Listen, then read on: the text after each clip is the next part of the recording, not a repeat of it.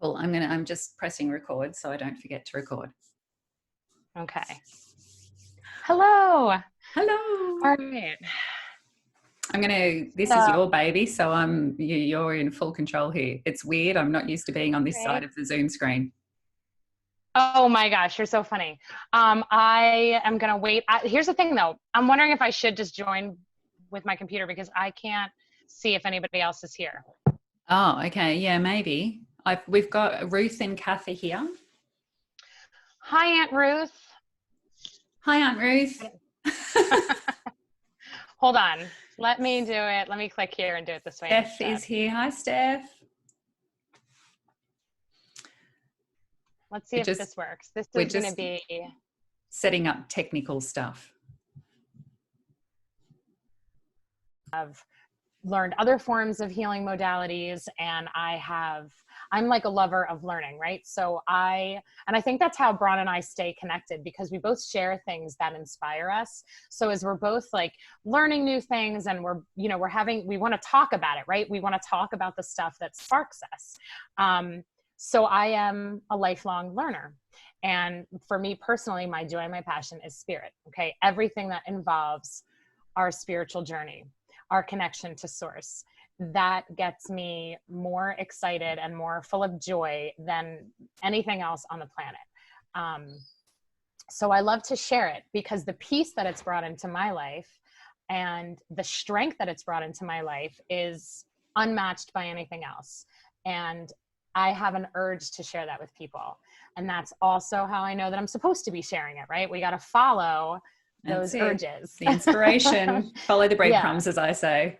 Yeah. So that's why when I had this idea, I'm like, I want to talk to people about the Major Arcana so they kind of get a better idea of the map that we're following, because we are following a map in our life. And we don't have the map in front of us. It's all inside of us. And that's the cool thing about, for me, why I use the cards, because the cards kind of bring the nuances of this journey out for more reflection. And that's what tonight will be all about. What we're going to talk about with the cards is all about self-reflection. It's all about really being honest with yourself and really looking at life from a new perspective. Everything is meant to empower. Everything is meant for us to see it from a bigger perspective, a bigger picture, a much higher, broader view than the very narrow experience that we're having as human beings. Okay. Absolutely, from the higher self. Yeah.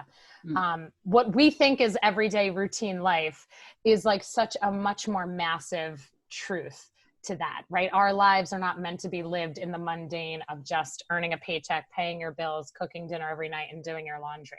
There's such a bigger reason why we're each here. Your job could be part of it. Your calling could be attached to your job, but your calling is not attached to your job. It's just you. It's what you bring into the world. So I think that and it's by design that we get distracted as we grow. And we're going to talk about childhood. We're going to talk about how we're trained to think. And then when we reach this point of really stepping into our power, how we can shift these beliefs that we thought were truth and solid into ones that now we see them from a different angle, and wow, we can kind of astound ourselves with the truth of who we are. And then everything changes from there. So hopefully by the time we're done tonight, or this morning for our Australian friends, hopefully by the time we're done, you're going to be like, you're going to think it's amazing, and you're going to really think about yourself in a new way. All right. Absolutely. Love it. All right. So I'm just going to check and make sure that I haven't gotten any messages. All right. Does anyone have any, if you've got any questions while we're going, just please pop them in the chat box. Okay. We will keep up with those. Yeah. And if you just joined and haven't said hi in the chat box, say hi, because I can't see anybody on here, and that's the only way I'll know. So I would appreciate that. All right, cool. So you ready to get started? Let's go. Let's do this thing. Okay. So the Major Arcana. So first of all, tarot, it's split into Major and Minor Arcana. There's 78 cards in a tarot deck. The tarot goes back historically to like medieval times. Okay. It was originally just a card game, and then that morphed and developed more meaning in Italy. I think it was Italy and France that it really kind of became solidly what we know it as today. I have all of my cards out so that I can show you guys images, but this is the Rider-Waite deck. This imagery is the standard. Okay. So there are, so the the major and the minor. The minor are made up of 4 suits. Each suit represents the earth elements of earth, fire, air, and water, which is really related to your emotions, which is cups, water. Fire, wands, which is your passion. It's your energy. It's the way you move through life. Air, the swords, represents your thoughts, intellectual energy, learning. And then pentacles, which would be coins, that would be earth, and that represents you creating in the world. Okay, so we have the 4 suits, and within those suits, they have their own messages and their own journeys. All right. But in the major arcana, which is what we're going to be talking about tonight, we have 21 cards, and they start with the Fool and ends with the World. So we're going to go through what these cards mean alone. They all mean something significant for us. However, when we read cards, it's the way the cards fall together that really tells a story. The major arcana cards have a little bit more weight to them, okay? They have more impact. To me, I interpret these as being karmic, all right? Meaning they serve a really important purpose. So when the major arcana cards come up, this is not just a typical small detail. There are things that are going to come up with these cards that are big moments in your life. So we're going to talk karmic relationships, relationships that you're meant to have. These are sacred contracts, sacred agreements between you and the people in your life, sacred agreements that you had as a soul before you incarnated. You decided what lessons you want to learn. You even decided how those lessons would be packaged in terms of what you would be experiencing. What are the situations that you're going to go through? What are the challenges that you're going to go through? What are the things that you're going to learn? Now, that doesn't, so it's like not all pretty, right? It's some parts of this are hard. Some of the messages of the cards are challenging, but they're beautiful because everything opens us up to growth and empowerment. So that's how we always want to be looking at this.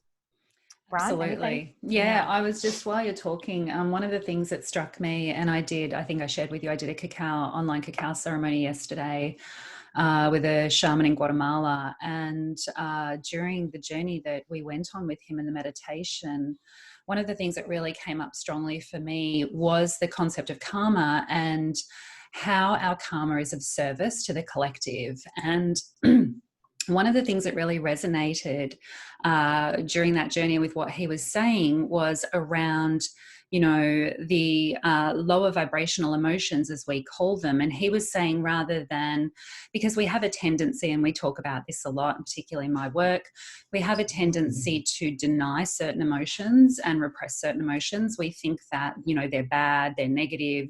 We don't want to be angry. We don't want to be sad. We don't want to feel guilt or shame or grief or any of those things.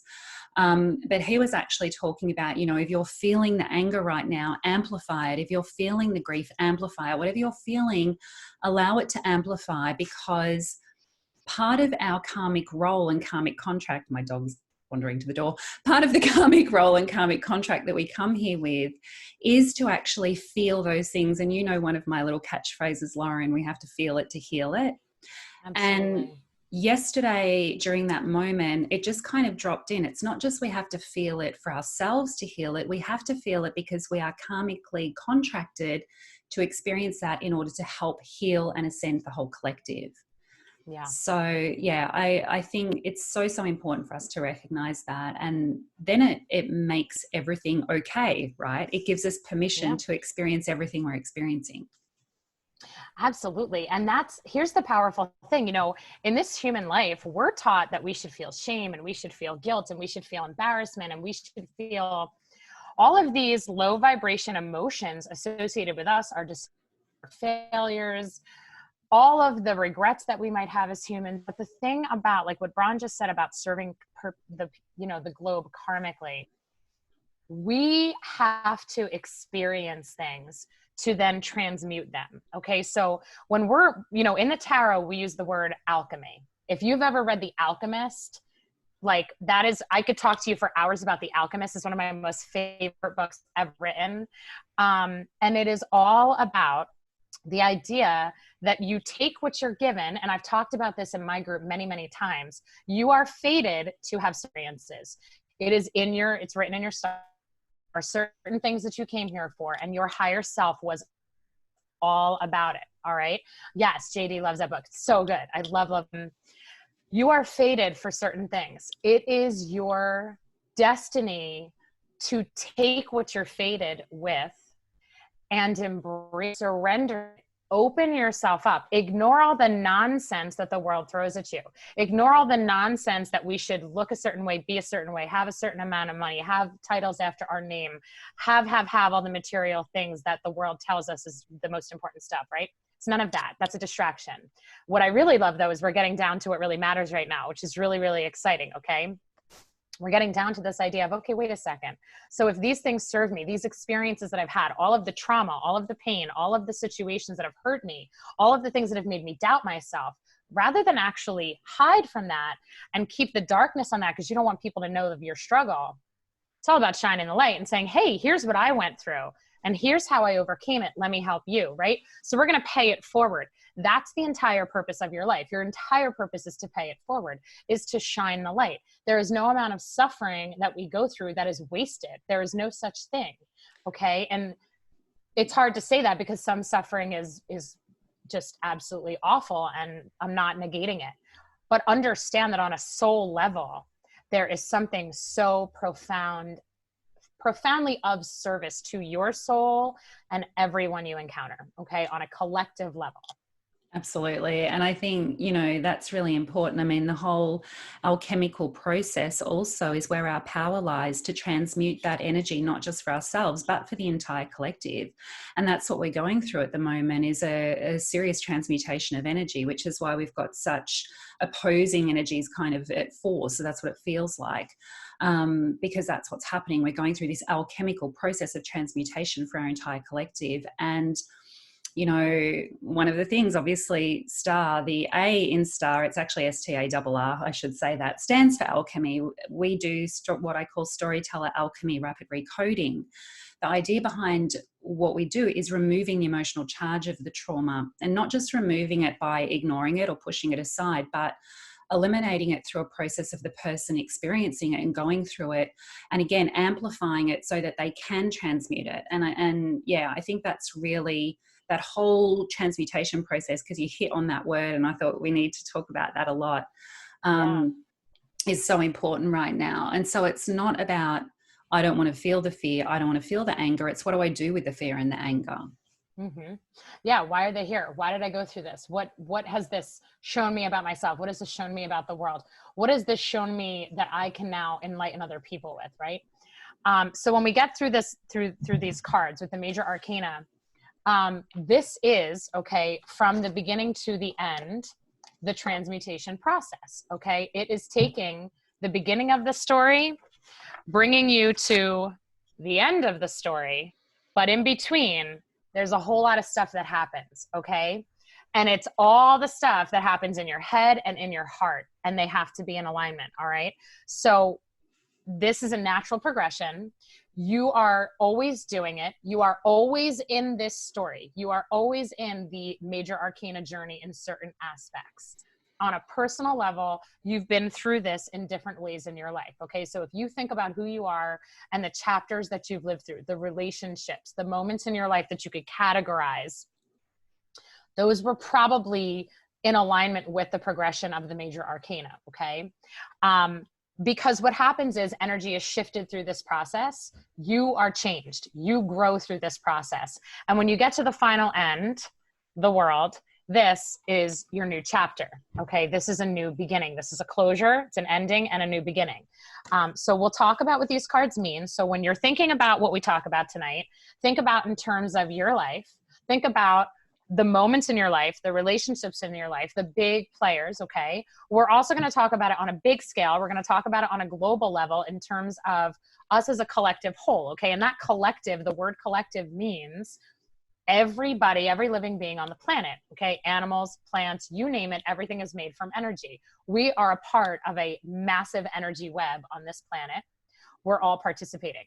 The more of us that understand the truth of what we're doing right now, the better off we're going to transmute this energy. My favorite astrologer All of my favorite spiritual people seem to be from Australia. Elizabeth Brew, also from Australia. I don't know what it is. I feel like I you really breed them good down here. Yeah. In the future. You guys are tapped into some kind of energy down there. But Elizabeth, because we're in the future, we're just one step ahead. I always say that Bron's my time traveling friend. She's always in the future. Like it's already Cinco de Mayo in Australia. So, so what was I just saying? You were talking about your astrologer. Elizabeth, yes. So she just said, just last week, she was talking about May, and she said May, June, July, and August are major power months in 2020 for us. And she is really talking about the fact that we have we're at a crossroads moment as a globe. What we do with this moment, with this collective energy, the direction that we take this in is going to determine the next 10-year period of the planet. And that we will be seeing more growth, exponential growth in technology and advancement of all sorts, more in the next 10 years than we've seen in the last 10,000 years.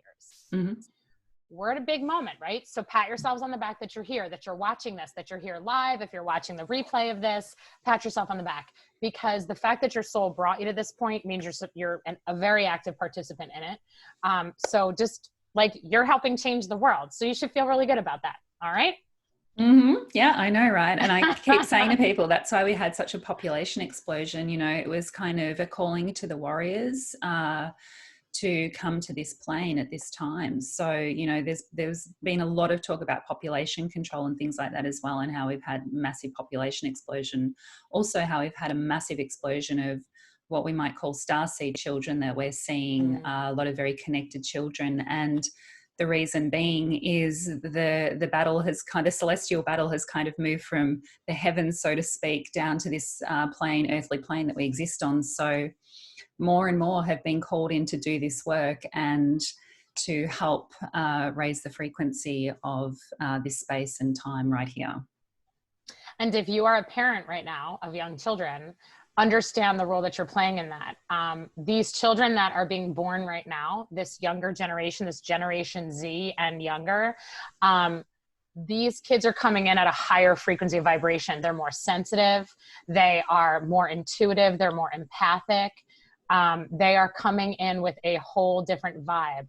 If you are a parent, you are a part of bringing these children forth, which means your vibration was at a certain level. You were chosen to birth these children onto the planet, which is pretty amazing, right? We have Mother Mary vibes all around, okay? The Blessed Mother is a big part of what's happening right now in terms of the energy of bringing forth this high vibration onto the planet. We're in a test. I think it might be the biggest test ever. I don't know if this is the Book of Revelations or what, but we're in this moment. Oh boy, Shannon and I we're talking about that last night, Lauren. Yeah, it's a whole other conversation. Literally, those words. That's helpful. Yeah, but here's the thing: don't be nervous about it. It's not anything to be afraid of. We are 100% held by spirit, and we're doing amazing work. So let's talk about what does that have to do with the Major Arcana. All right, we're gonna get this started. First card. The Fool, okay? The Fool is the beginning. This is the start of the journey. Notice the Fool is about to walk off the cliff, and this Fool is happy. This is innocence. This is wonder. This is joy. The sun is shining. Bring on the adventure. Bring on the exploration. I'm ready for what's ahead. Like this is a new beginning and a new start.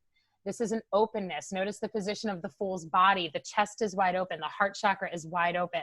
So this is the signal for something new, okay? It's a new beginning. This is being a learner. It's being humble. It is being open to what the journey is going to bring us. The Fool is not a total fool though, okay? Because the Fool is connected to spirit, and the Fool knows that spirit's got me. I got my little knapsack hanging on the end of my wand symbolizing my ability to work in this 3D earth plane and create. I've got my little knapsack full of the tools that I've accumulated up to this point, and whatever else I need, Spirit's going to be giving it to me, okay? We got the dog in the picture. We've got the trusted companion. I always say dog spelled backwards is God, right? And the dog symbolizes loyalty. Spirit is our loyal companion, okay? There might be mountains in the background symbolizing challenges ahead. but that's all part of the journey. Can I just say, Lauren, the thing that struck me with the Fool as well was, you know, one of the things, again, that came up yesterday, and of course, you know me, there's always synchronicities, and there was a reason that I heard all of this yesterday, and it very much correlates to our conversation, was, you know, one of the things that we need to be comfortable with as humans is the not knowing.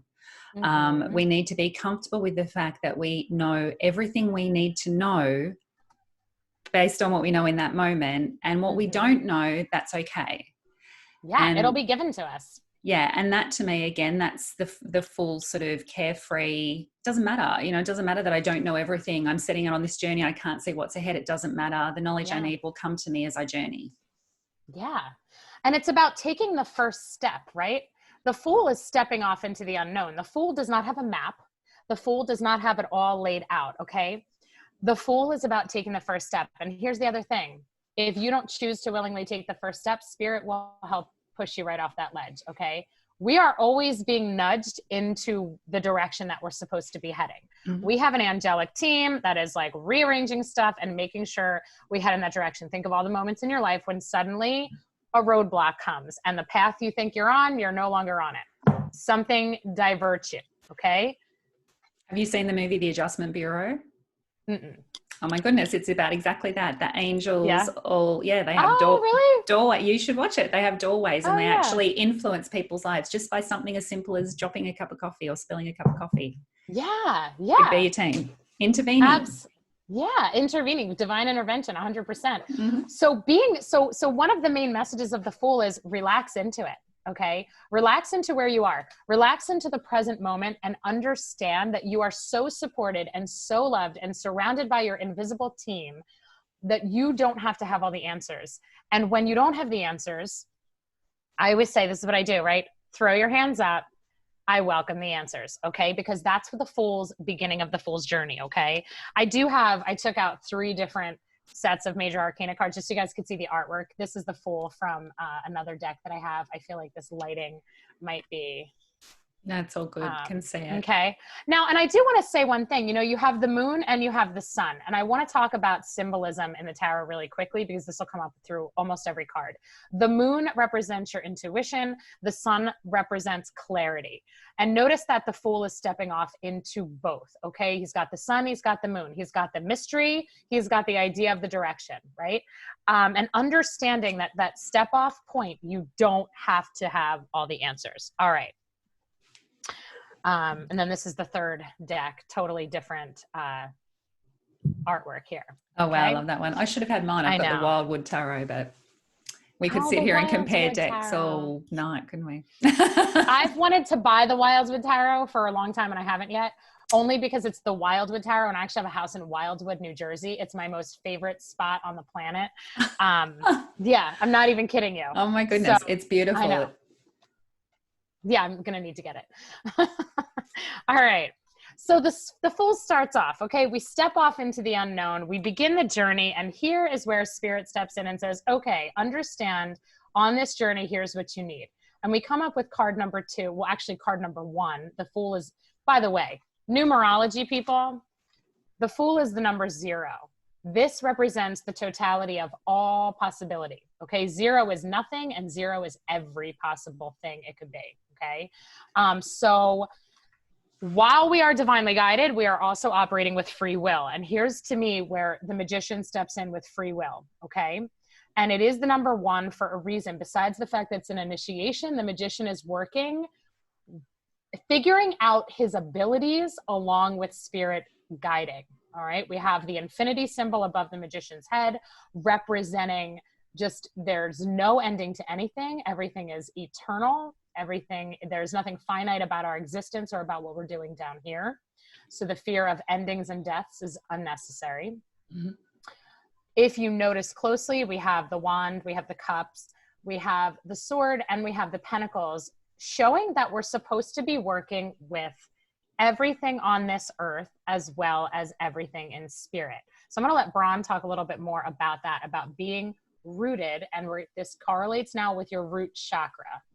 Yeah, it's interesting because what's been coming up a lot, and I've been having these conversations with a number of people, is that this is a disease of the crown chakra. So obviously, we've got corona, which is crown. And so a lot of people in the spiritual communities have been talking about, you know, this is a time where we need to be looking at healing and bringing balance to our crown and opening our channel, because a lot of us have disconnected and shut down from our channel. When we are born as very open channels. We are born as super conscious.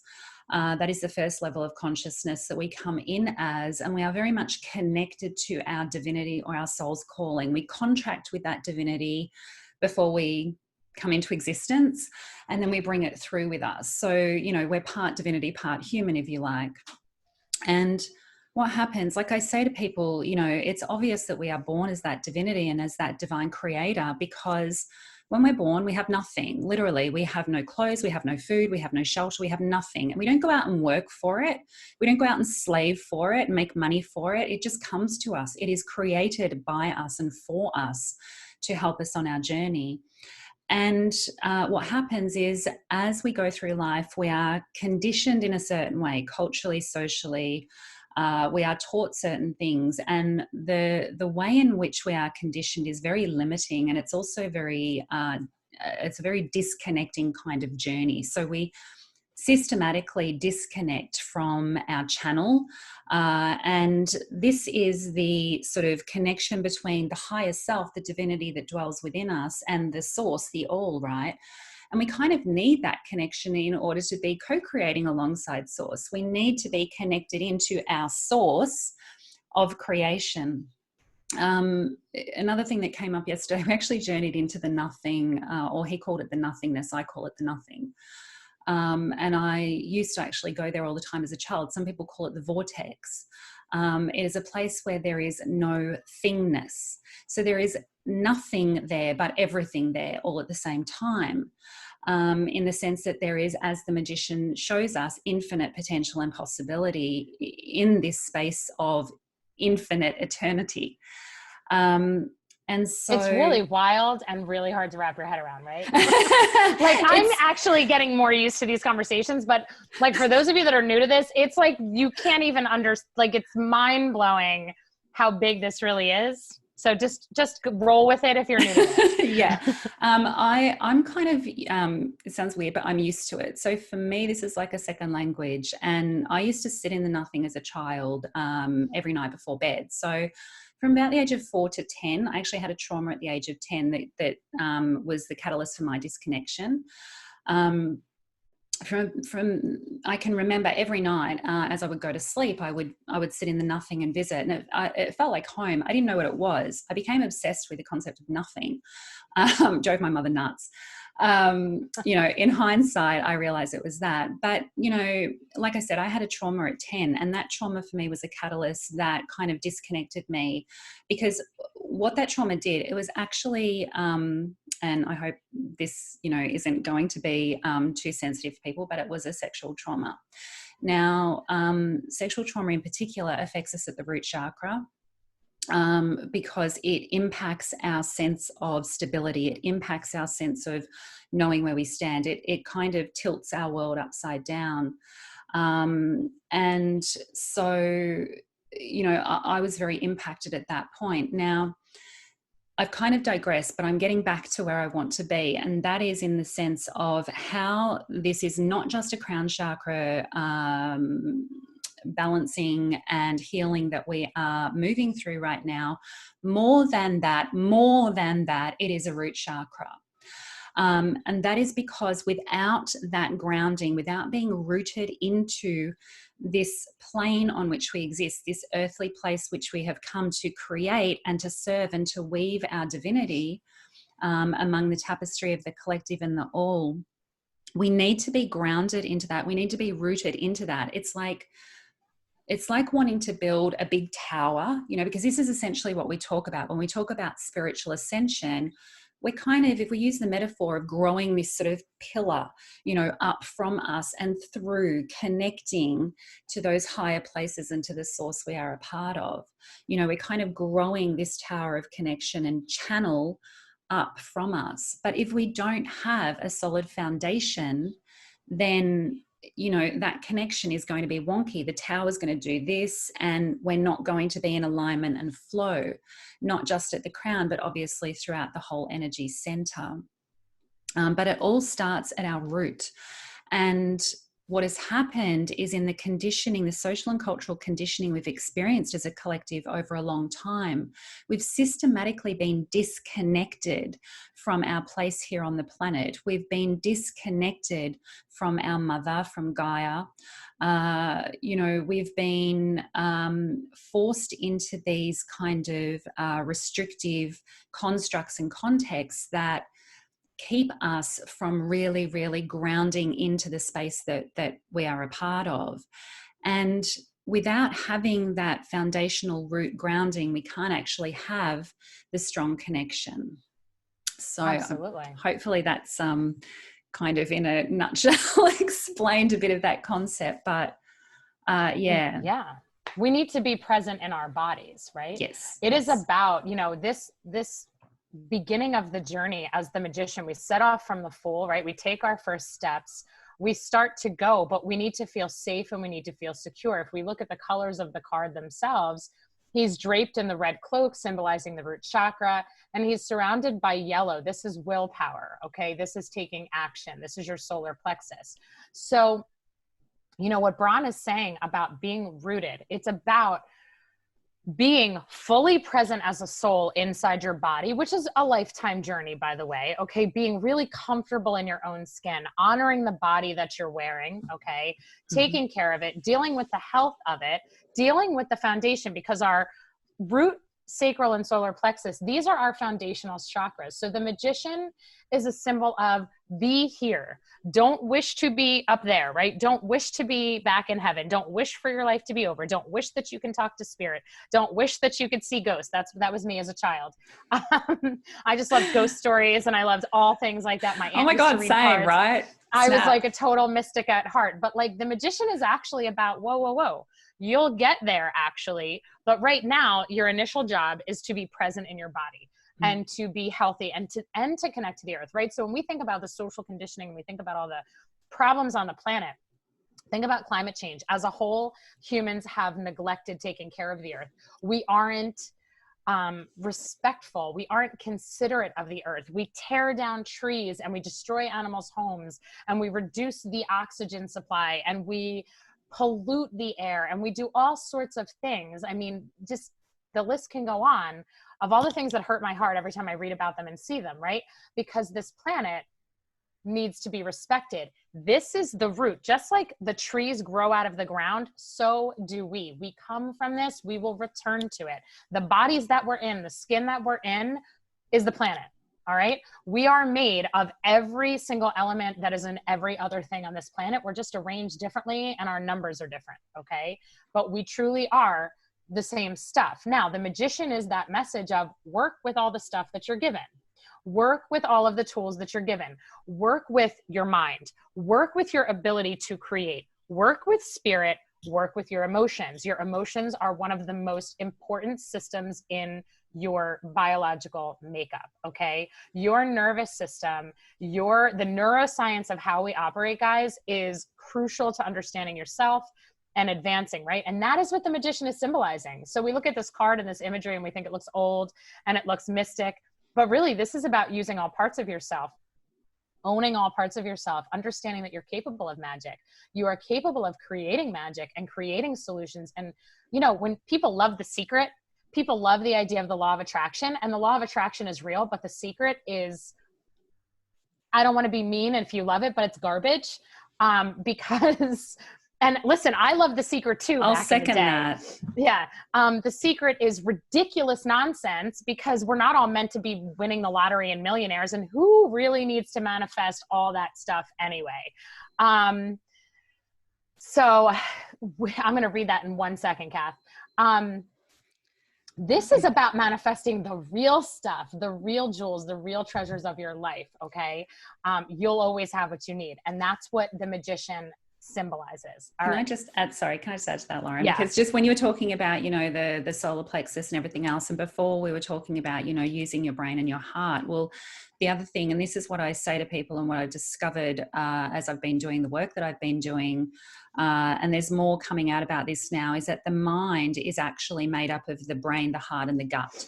So, there's a reason that we have this energetic meridian center running down our body. There's a reason that meridian center corresponds with the vagus nerve and the nervous system and our neurological systems. There's a reason that, we have this column, this structure supporting all of that as our spine. There's a reason that we have these chakras that are all meant to be communicating. And what I find happens a lot is people end up just in their brain. So they try to, and particularly at the moment, right, people are being fed a lot of information. They are being hyperstimulated in terms of their brain, but they're also being hyperstimulated in a state of fear. And that keeps people up here as well, with the worrying stuff going on. And of course, the lack of safety. Absolutely. And of course, the sympathetic nervous system going off. So we can't think clearly, right? And we disconnect from our emotions, or we end up what I call pinging between just the emotion and the brain. So the gut misses out altogether. And that really is kind of the final piece of the puzzle in terms of how we process through life and through our journey and make our choices and decisions based on a whole of mind approach. And so when we say whole of mind, it's not just the brain. And just the magician card, I think, reminds us of that as well. Our magic lies in that connection. And here's the thing, like the magician is one of my most favorite cards, to be quite honest with you. If I was to get, like sometimes I think about getting tattoos that are inspired by the tarot. The magician might be one of mine. And like, I would probably never walk around with this tattoo to my body, but yet I've like considered it because I know that I'm a magician. This is an energy that I've harnessed so many times at this point in my life, where I just really, truly understand the essence of what this means. And it is magical, and it is beautiful, and it is healing, and it is, it just opens up your world, but you have to be present here, right? You have to understand you are here for a reason, and it's about the here and now. So in the moments when you're feeling unsafe, in the moments when your world is tilted upside down, it's about sitting down, feet on the ground, taking those really deep breaths and connecting inside yourself, because in order to be your best, be your healthiest, be your happiest, and deal with whatever the challenges are that you have in your life, you need to be fully embodied. Okay. And what the word embodied means is in your body, with your body. It's not about being up here with all this mental energy and worrying. And, up here, where are we? We're in the future and we're in the past. We're redoing things in our heads. We're replaying conversations. We're like trying to make a better ending of like, if we could do it over again, what would happen? And then we're in the future predicting how we're going to react when somebody says something, how we're going to react when something happens. Generally catastrophizing. Totally catastrophizing. And like, I'll tell you, I'm the first person to be there, right? It's about catching yourself, and it's about bringing yourself back. That's what I'm really good at. Okay. Yes, so, it takes a bit of practice. Being a magician. All right. So understand, being a magician is not a play on words. It is truly the understanding that you have the tools within you to be working. Now, here's the deal. Here comes the next card. This is card number 2. We have the High Priestess. Here is where some of this magician energy comes from. Okay. The High Priestess is you. It's your higher self. This is your soul. This is your intuition speaking to you. All right. Now the 2 to me is always a companionship number in numerology. The 2 is always a partnership.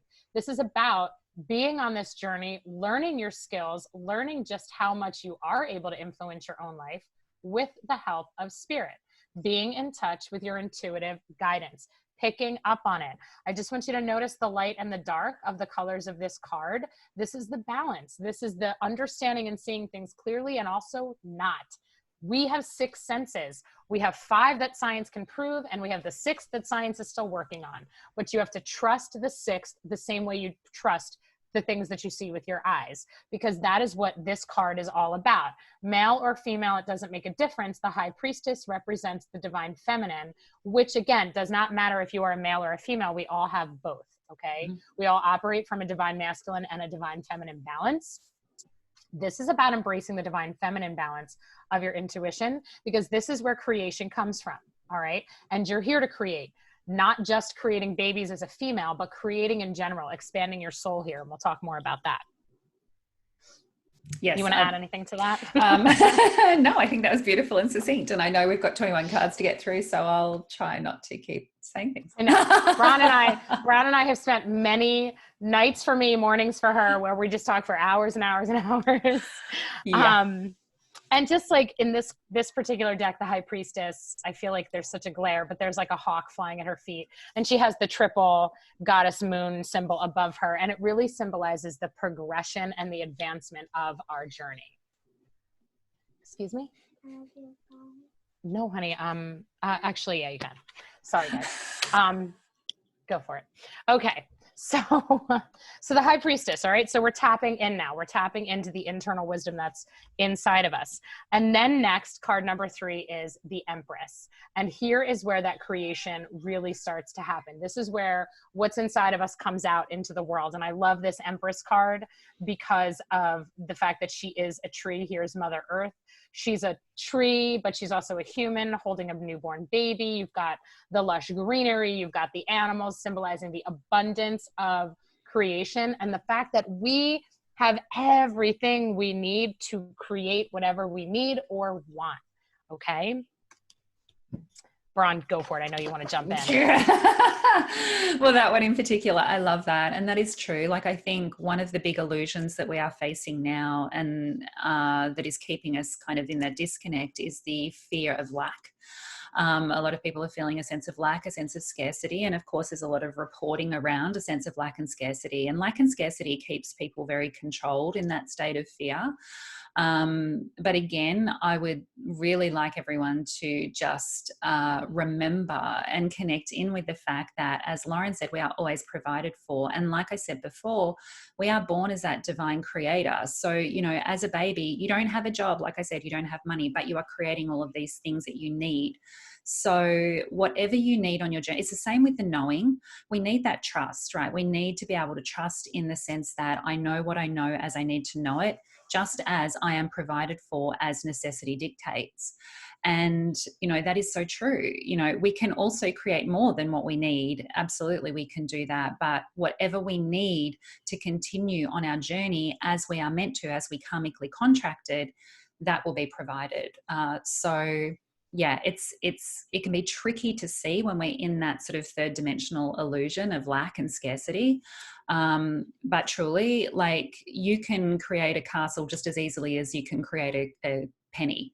You know, it is absolutely doable. So yeah, I think that is a beautiful reminder of that as well. And also a way to alleviate some of the fear that we might be feeling.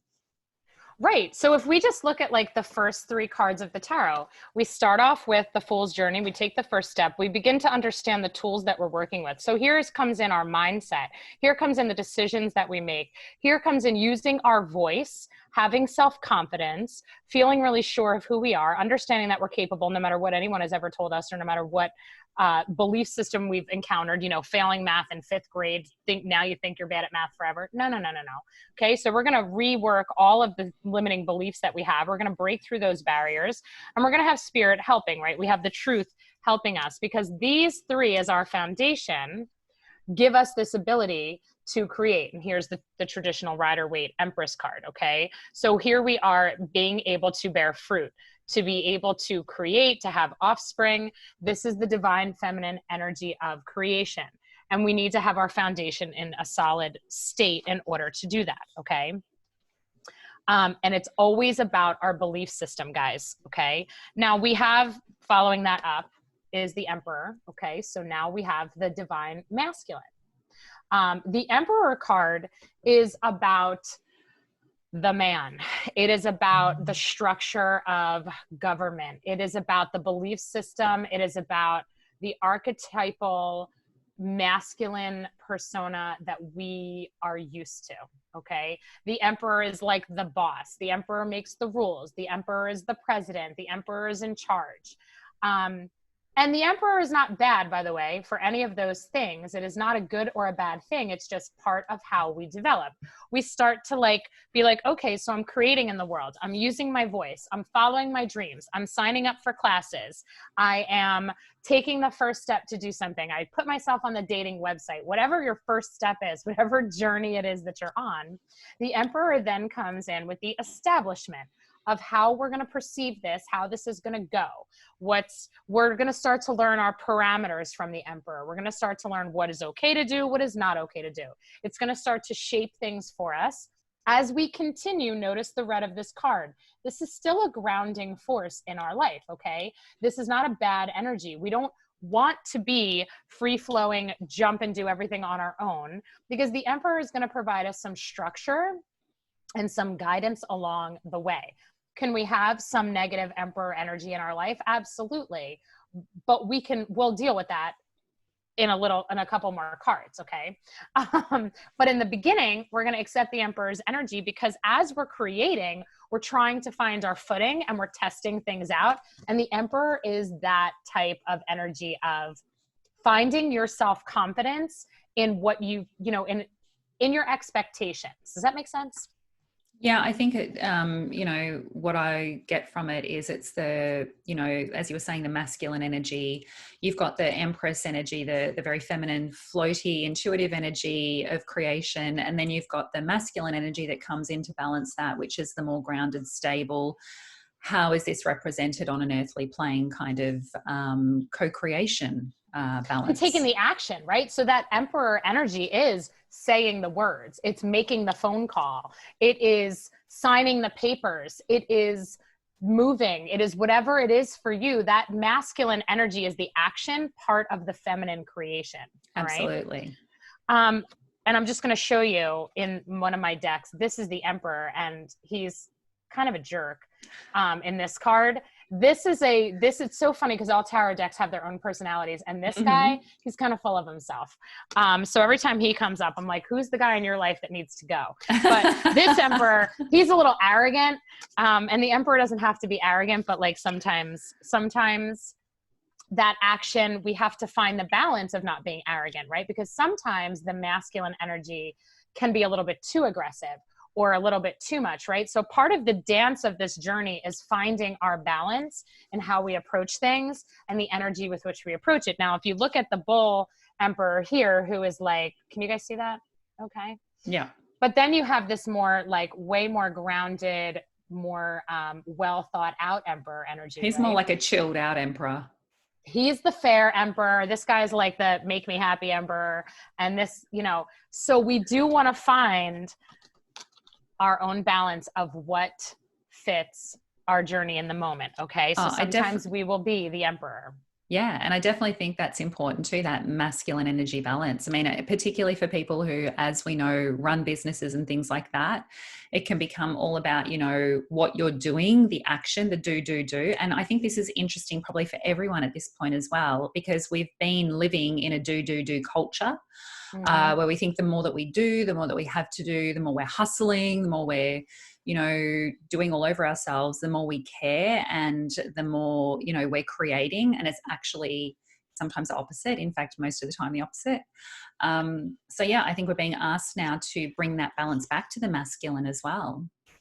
I don't know if you guys can see this, but when I thought about COVID-19 and everything we're going through, long before COVID-19 started, we've had a lot of signs leading up to this in terms of the pressure of the energy around the planet and the way things were really coming to a head energetically, with the pressure on ourselves as humans to perform and to do and to hustle, and climate change. And like, you can see the fires in the background. This to me is very much a card that is symbolic of the way humanity has lost their way a little bit. Okay. Because we got stuck in this journey. The journey is to ascend. The journey is to grow through the human physicality of this life. Okay. But the emperor is 100% the physical part of this life. Okay. He is the power in the physical. He is the energy of the human being on the planet. He's the energy of the power force in your life. And if that energy is imbalanced, if that energy is too much in terms of dominance and needing to run things over and careless and inconsiderate. And it throws things off balance out of selfishness, greed, you name it, all of those low vibes. This is where we're coming to a problem, because it is going to set things on fire. This can be destructive. And I think that we are here for that reason in this moment as a globe, because there's been a collective energy that has been destructive to the planet and destructive to our own well-being. Okay? Absolutely. The doing energy is very destructive. The doing energy is what creates so much stress and anxiety. You know, when clients come to me and they're in hyper stress, anxiety, trauma, I know for a fact that they are doers. They've been do, go, go, go. And yeah, the doing energy is actually, you know, I remember my brother always used to say to me, because I mean, hello, guilty as charged. You know, I had to-do lists about my to-do lists. I always joke about that. So the doing energy is, you know, the opposite almost of the being energy. And you know, my brother always used to say to me, we're human beings, not human doings, right? And yeah, and we have lost that a lot. We've stepped into that doing kind of energy, and more, you know, and we've been educated into that energy more and more. You know, you should work until you're 60, no 65, no 70, you know, keep going, keep doing. It's a distraction. To be perfectly honest, the doing is a distraction. The doing is a form of resistance to our own divinity. And it's that idea of like, I need to be powerful. I need to create the change. I need to be the person, like I need to create the flow in my life. I need to do all of it. When an obstacle shows up, I'm going to bust through it. I'm going to tear the obstacle down. I'm going to overcome this. I'm going to do what needs to be done. I need to control everything outside of myself. Yeah, yes, absolutely. Right. So the emperor energy, while it absolutely is necessary, we have the emperor and the empress. We want to be in balance, right? And that means we need to be able to receive the guidance so that we're monitoring what we're doing, the action that we're taking. And that goes also for the people in your life, because these archetypes, these cards will show up in relationships. Okay. So you might be shown, you know, you might have these personalities in your life. And to me, the emperor sometimes does show up as a really difficult person in your life, a really difficult energy that is powerful and dominant and requires you to assert yourself, right? So when we follow that up with the next card, here we are at the 5, we have the Hierophant. Now 5s in the tarot are turning points. 5s are really very much about having to make a choice. They bring conflict, okay? Any 5 card in the tarot brings a low vibe energy. The 5 of Cups is grief and loss. The 5 of Swords is conflict and disagreements. The 5 of Wands is also conflict. The 5 of Pentacles is scarcity and lack, okay? 5 puts us in positions where we've got to take some inventory and decide where we stand, all right? So the Hierophant, here's your connection to spirit now, okay? So you now have had the Fool, you've started off, you have tapped into your magic, you're starting to work with the tools that you're given. With the Magician, you're tapping into your High Priestess intuitive energy.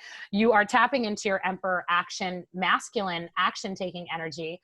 And now comes in Spirit, where we're really going to start to amplify who you are and what you're able to create. Because now your spiritual beliefs and your foundation need to come into play big time. All right.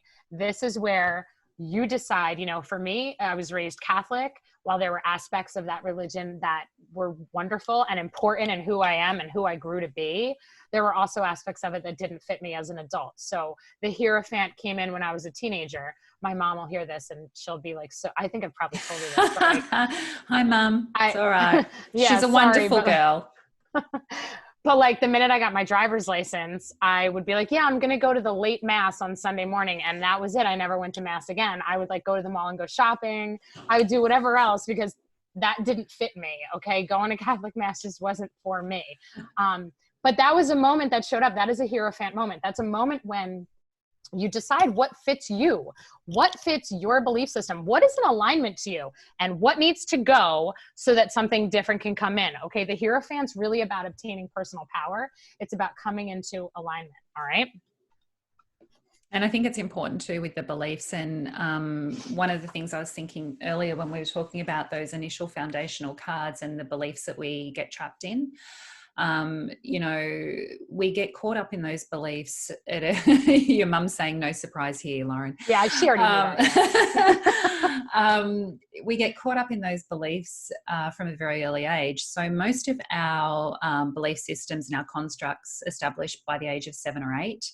That's when we take on board all of that stuff. And, you know, it can be really tricky to step out of the constructs of things like organized religion and things like that, because we almost identify our sense of belonging and sense of self, you know, there's our tribe, absolutely. Alongside those constructs. And, you know, sometimes it's not actually serving our purpose. It's not actually serving our higher good to be within them, but stepping out of them can be really tricky. So yeah, I think that's a very powerful representation of that as well. That is just it, because we're born into our tribe for a reason. We have to root into the tribe. The tribe is giving us, like I said, that emperor energy. It's giving us our rules. It's giving us our frame of reference. It's giving us that information and that input of, this is who you are. This is where you come from. This is what is important to you. These are the rules that we play by, right? Mm-hmm. But the Hierophant is a powerful moment, because it's when we call our tribe into question. Your tribe gives you a sense of belonging only until it doesn't. Only until your soul begins to really truly speak to you. Now, this can happen at any point, and it doesn't have to be religion. It doesn't have to be, you know, spirit is not organized religion. Spirit is you. You are a soul, right? So this Hierophant moment can come in a marriage. This can come in a relationship. This can come in a decision, a commitment to a career. This can come in any form where you're suddenly like, this just doesn't feel right. I think in the feel true. Yeah, and I think in the context of what we're experiencing now, it's a very relevant card, you know, and representation, because I think a lot of people are starting to find their tribes in, you know, I mean, we can't actually.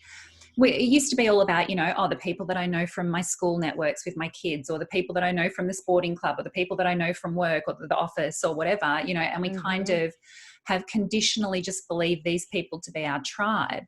They are our tribe for the human doing, but for the human being, they're not necessarily that. You know, they fulfill the purpose of our doing on this planet, but not necessarily our being on this planet. And I think a lot of people more now are starting to use this amazing technology that we have to find our tribe more and more. And I know for me, you know, that's one of the ways we reconnected, right? Was when all this started.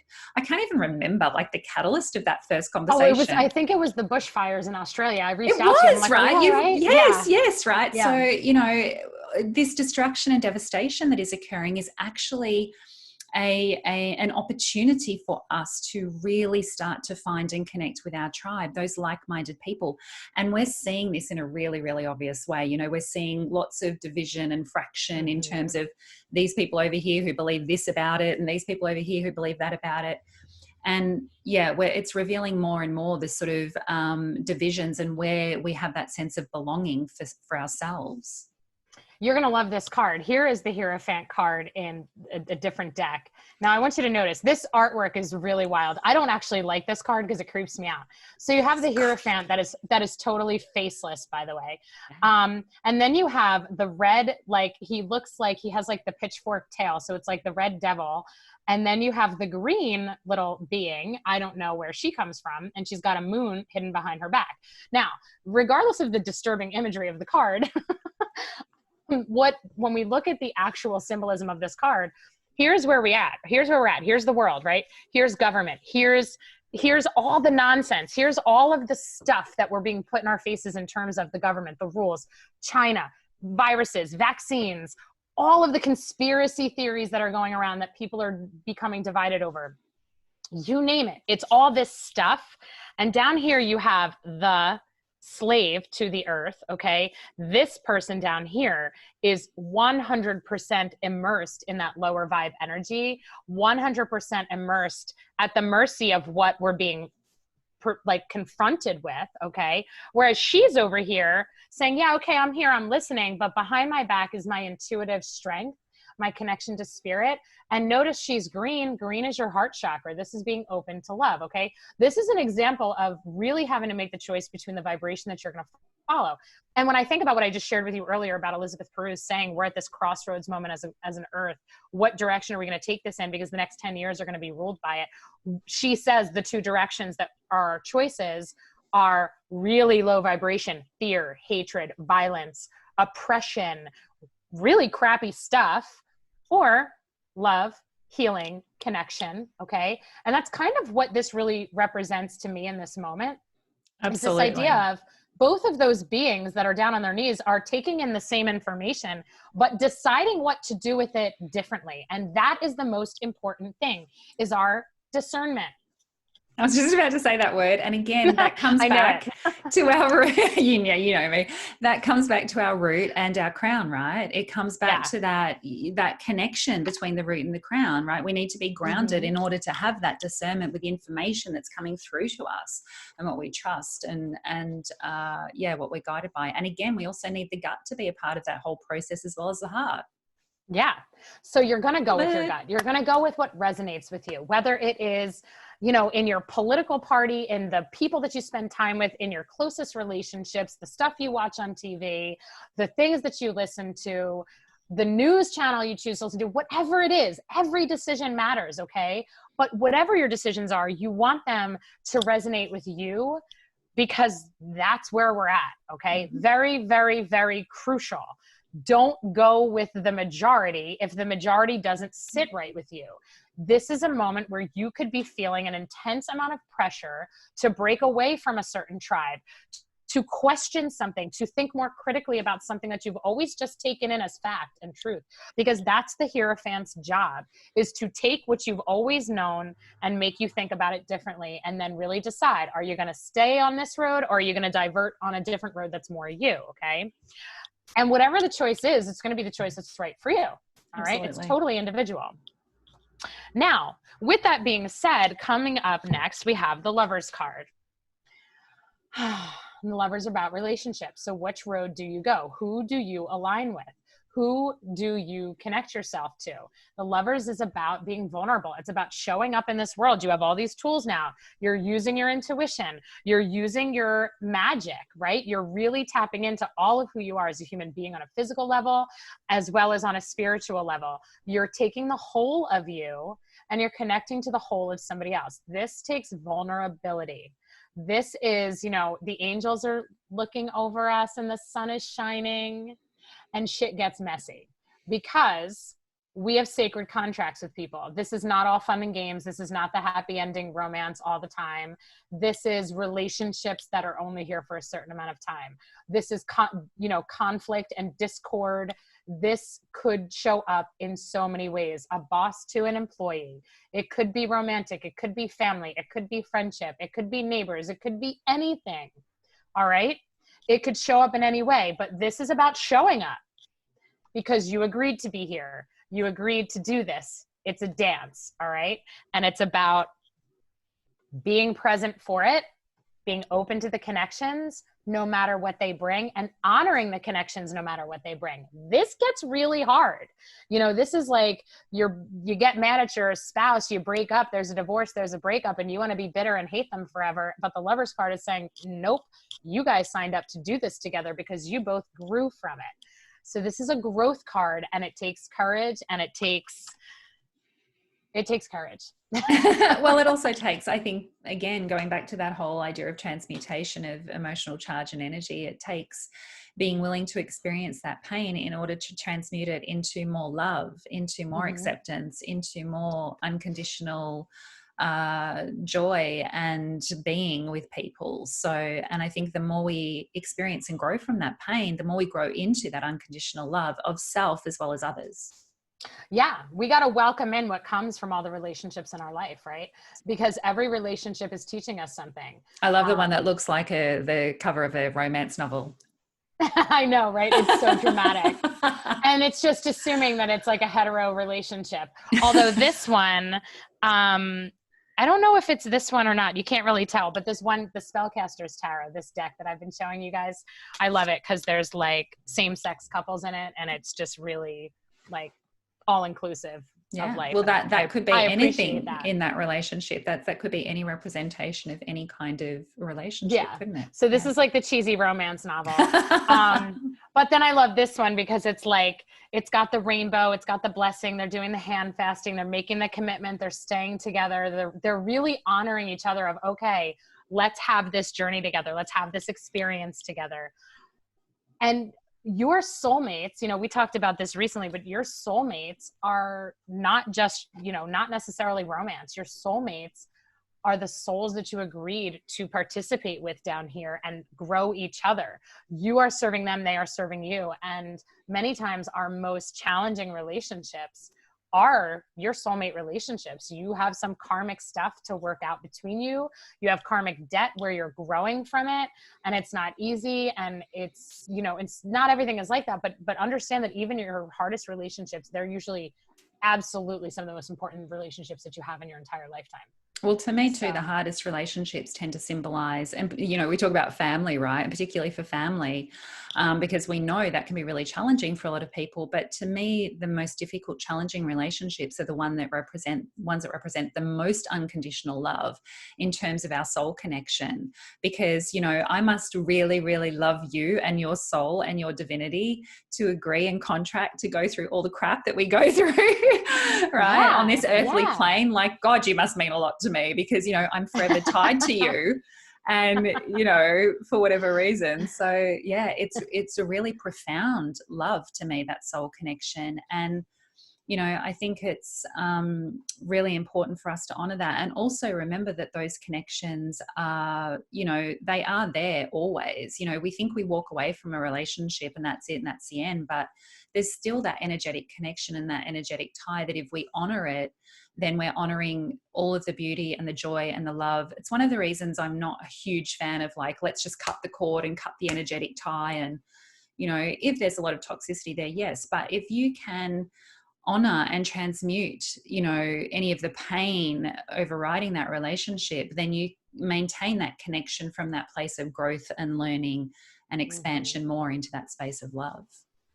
Yeah, that would bring up a whole other conversation on forgiveness. Yes, it would. That's a whole other conversation for a whole other day. It is. That's such another huge conversation, but it's so important, right? And that is like, so just an idea, if you're still confused with transmutation or the alchemy of working with our emotions and changing things over, that's what it's all about. It's the idea of, one example, which is a pretty standard one, okay? Pain in some form and being able to forgive those who hurt us. And it's not about the other person. It's not even about necessarily saying it to somebody. It is about you releasing the anger, the pain, the resentment, all of that. And rather, not that you can't feel that, because we have to feel it, but then start to shift it into, okay, well, how did it serve me? What did I get from that? What was I able to give to the other person? Okay. From my space in that and my participation in that situation. Okay. Mm-hmm. Seeing the broken parts, honoring the broken parts, forgiving the broken parts, that can all be done 100% inside yourself. Okay. But what happens is that takes over time and over, you know, with real true commitment, it's amazing the relief that you'll feel. And that's what transmutation is, where suddenly the emotional charge, like Bron mentioned, is just not there anymore, because you've healed it. And it's like magic, and it's like the weight lifted off your shoulders. But it takes that vulnerability, right? And the Lovers card is very much about vulnerability. It's about being seen. The Lovers are standing here, you know, in a traditional deck, they're nude, right? They are bearing their souls. They're bearing everything, saying, okay, I'm here for this. And I honor whatever this is going to be, whether it's good, bad, ugly, doesn't make a difference. Like, I'm here for it. And I think at a deeper soul self level as well, it's about being vulnerable and being open to bearing ourselves to ourselves, those parts of us that have been hurt, that have been wounded, you know, that we often want to reject, we often want to push aside, and that's too painful, I don't want to acknowledge her. But those parts of us, they're the parts that when we acknowledge them and work with them, that's how we start to transmute that energy and that emotional charge in a really profound, deep way. And then the charge becomes an empowerment. We empower those parts of us back to their wholeness, and we integrate those parts of us back in that sense of wholeness. So yeah, I think that, you know, the representation can also be that. It's that looking at and acknowledging and accepting those parts of ourselves and embracing them for all that they've been through and all that they've guided us to. Absolutely. Self-love is absolutely necessary for sure. And now next one up, the Chariot, right? So we have that self-love, we have that willingness to connect, we have that full total acceptance. Okay. And the Chariot is that forward movement. You can see in this traditional one, he's sitting there and he has the two sphinxes down below. You have the yin and the yang in the color. You have the healing Archangel Raphael, Caduceus in the center, kind of not the whole thing, but you have those angel wings. And the whole idea is that forward movement, that progress. And you know, this card, sorry. Oh no, that's okay. This card, I just like love. I can't get a good angle without a glare in this light, but this Chariot is, you know, this horse is taking this lotus flower. She's blooming, right? The lotus blooms, grows through the mud. Okay. This is about growth through hard stuff. So the Chariot is about understanding the light that we have within us and the strength that we have within us and the ability to move forward with all of the tools that we've accumulated on our journey into something new, something really good. Okay. This is advancement. This is being in a balanced state, being ready to go forward now. Okay. It's having accumulated some wisdom and it is like, okay, you're ready for the next step in the journey. All right. I'm going to keep moving. Keep moving. Like, go for it. I don't even know what time it is because it's all right. I know it's like, I feel like we could just go on for hours. Now, we could. Here's the deal. While we're moving forward with the Chariot, we're also being told, following that up with the number 8, the Strength card. Okay. So we have to understand our forward movement. Spirit is always letting us know you have to operate with a sense of absolute surrender and belief in yourself. Okay. Notice that both of these are highly yellow cards. Again, it's that sense of willpower, that idea of self-confidence and self-belief. In this card with Strength, she is putting her hand into the lion's mouth. Notice she has the magician symbol above her head as well. This is all about using the skills that you've acquired, understanding that you have everything that you need, but being patient, because when you get the Strength card, this part of the journey, you're going to sit in it for a little bit. The Chariot has brought you somewhere new. And while you're there in this new spot, you've got to learn through it. You got to get what you get from it. Okay. You've got to get the new tools and the new wisdom. Again, very relevant to the context of where we are right now. Right. Yes. And having strength through that process. Yes. You know, and in this deck, the Strength card is represented with this, you know, fiery being riding the lion, and it's probably hard to see, but there's a snake slithering and a frog, and they're heading to the light, and she's got the wand. And the whole idea is the passion and the energy here of the confidence. Okay. The lion is representing strength, but understanding that that's your strength. That's on the inside of you. That is not an outside source of strength. The strength comes from inside. Okay. So for, you know, in this moment that we're sitting in, like here again, transformation being represented in this deck by the leaves. Okay. If we think of autumn, the leaves fall from the tree because we need to have new growth. So when we get the Strength card, we're being told that you're in a moment of transformation and you're going to be here for a little bit. All right. And it's going to be good. That's a good sign. Yes. I love getting the Strength card. It's always like, it's always like a spiritual fist bump, because it's like Spirit's like, love that. Yeah. Like Spirit's like, boom, you got this. You're good. All right. And while we're being strong, we got to dig into the Hermit energy. Okay. And this next card brings us within. The Hermit is about introspection, self-reflection, connecting to your source, to your truth. This is very, very personal. All right.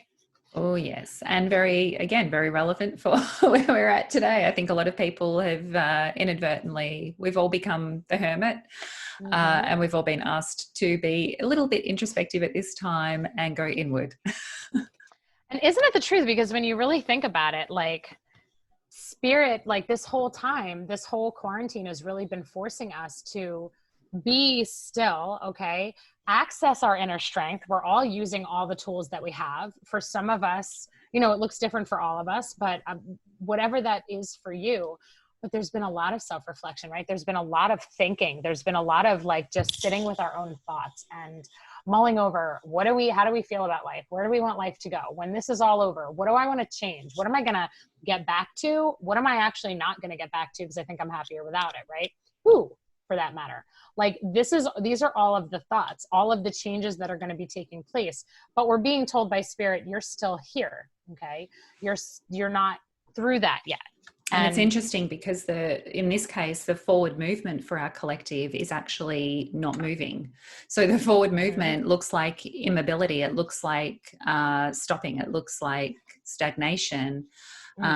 Because the forward movement now is very much dependent on us journeying within with that sense of strength, as you mentioned, and knowing that we have the support of spirit to do that. And the thing that's funny, the next card up in the tarot is the Wheel of Fortune. And this is all about fate. It is not our decision of how it all goes down. It is not going to be written by us. So that strength and that fortitude and that faith is coming from the idea that when the wheel stops spinning and the new chapter begins and the new normal is here, it's not in our control. And it takes faith, and it takes the idea of being open and understanding that, okay, no matter what this looks like, I'm going to be okay with it, because I know that spirit is in charge and that it's going to bring whatever is meant to be brought into my life on a personal level, as well as the whole of everyone. It's, if you look like, I love the artwork of the Wheel of Fortunes, but you have the seasons changing in the corners. You have the animal totems, you have the snake, the transformation, you have the monkey up top with the blindfold on, you have the Egyptian dog. Then you have on that wheel, besides the fact that it looks like a captain's or a ship's wheel, you have the zodiac symbols, okay? There are things that are fated here, out of our control. Spirit is testing. This is always a test of where is your faith? Where are you putting your power? Okay? When Absolutely. You can't see ahead, you don't know what's coming, but what's your belief system that you're resting in while this wheel is spinning and spinning and spinning? And I think that's an important thing too, the reminder of faith, because to me, it's always the opposite of faith is fear. And, I think that's one of the things that a lot of people are in the grip of. So they've sort of lost sight of that faith in a lot of ways, and are looking to others to tell them how it's going to be and how it's going to end up and how their journey is going to look. And I think that's a really good reminder, and, to sit in our faith and to know that it is all working out in our greater good, really. Speaking of the greater good, the next card out is the Justice card. I love these segues. It's all about the greater good, because that's what happens, right? So here spirit is spinning the wheel because things have to get divinely aligned. Spirit had to step in, guys. We were failing, okay? As a human collective, spirit had to step in and intervene. Justice, this is karma. This is where do things need to be rebalanced? Where does the fairness need to step in? Where, who needs to go? Who needs to stay? What needs to be reconfigured here? How does the establishment need to be shaken up? Justice is about the highest good of all. It is not about everything working out in our personal favor, although it will always work out in our personal favor. We might not feel that initially in terms of when the way something plays out might feel really challenging or feel very confronting to us when it triggers old emotions or it creates emotions that we're not comfortable with. But ultimately, when we work through that, spirit is bringing something into alignment that has to be, okay? It's being dealt with at a higher level than us. The angels are at work with these cards, okay? It isn't us. We're here for the ride. Oh, there's a lot of celestial intervention going on right now. Seriously, right? And this is where we're at now. Okay. So when I wanted to do this Major Arcana talk, here's where the collective is. Okay. So the Hanged Man, another one of my most favorite cards. We're sitting, we are hanging upside down. We are binded and tied. We can't move. We can't go anywhere. And people are getting really antsy with it. People are not also dealing. No, but we're being asked to change our perspective, aren't we? I mean, it's, again, I always used to have these conversations with my brother, and we would talk about, trying to put your head on backwards. It's like that whole different perspective. We are being forced into looking at things in a very different way than what we have been looking at things for a very long time traditionally, socially and culturally. So all of the context, all of the constructs, all of the stuff that we've considered normal, you know, the way our education looks, the way our employment looks, the way our working lives look, the way all of it looks is being literally turned upside down on its head. And we need to find a perspective in that. And it's funny because even when you look at the artwork of the difference of the cards, you have the traditional deck. He's just kind of hanging out. Okay, fine. I'm here, spirit. I'm going to let my whole perspective, my crown chakra, I'm going to let the information come in. I'm going to let the insight come in. I'm going to be open to understanding things from a new perspective. This guy, he's thrilled. He's swinging from the vines upside down. Like, to me, 100% trusting that spirit's got this. I know that even though things are wonky right now, I know something really awesome is coming, because that's how the process goes. When we're in the hanging man stage, guys, there's really good stuff ahead. Okay. Now, some of us though feel like this hanging man, like sealed up in a cage, tied to the tree, completely binded and pretty damn miserable. This is what we want to avoid. And not being able to see anything too. It just totally cut off from perspective. This is not how you want to be spending your time ever, whether it's right now or at any other moment where you feel stuck, because that's what the hanging man brings. It brings an idea or an energy into your life of you can't seem to just move forward. You can't seem to get through something. You can't seem to overcome this one challenge. You can't seem to find the solution, right? You literally just feel like stuck somewhere. Don't assume this energy, right? Because this energy is blind to all of the things that are being worked around, right? We want to be the guy swinging from the ropes up here with this carefree abandon of, well, spirit's doing something magical and I'm just going to have faith in it and I'm just going to be here until they let me down. That is the energy that we really need to have, because that's really the truth of what's happening. Okay. Yes. Now comes the death card. So spirit, while we're hanging out, spirit is doing something magical. Spirit's creating endings. Spirit is making space for something new. That is what the death card brings. The death card brings out with the old so that we can bring in the new. The death card is not actual death, although it could be, but it doesn't have to be. Death is about energy. Death is about ending of cycles, ending of energies in your life that don't serve you anymore, that don't serve your highest good, because whatever is done needs to go. Okay. It's like cutting the dead ends off of your hair. You got to get rid of it for healthier growth. You want your bush to grow really big and beautiful next season, you need to trim off the dead branches, right? This is what this card represents. Okay. So while we're hanging out in that hanging man energy of feeling still and kind of stuck, we also understand that spirit is making some things happen that have to happen. Okay. The change and the transition can be scary when we get things taken, it's out of our control. We might not choose the things that end. And that's really, really, really hard. But we always want to come back to the faith that what is ending is meant to end. Well, the thing is too, that's how death is necessary for the transmutation of the energy that we were talking about before.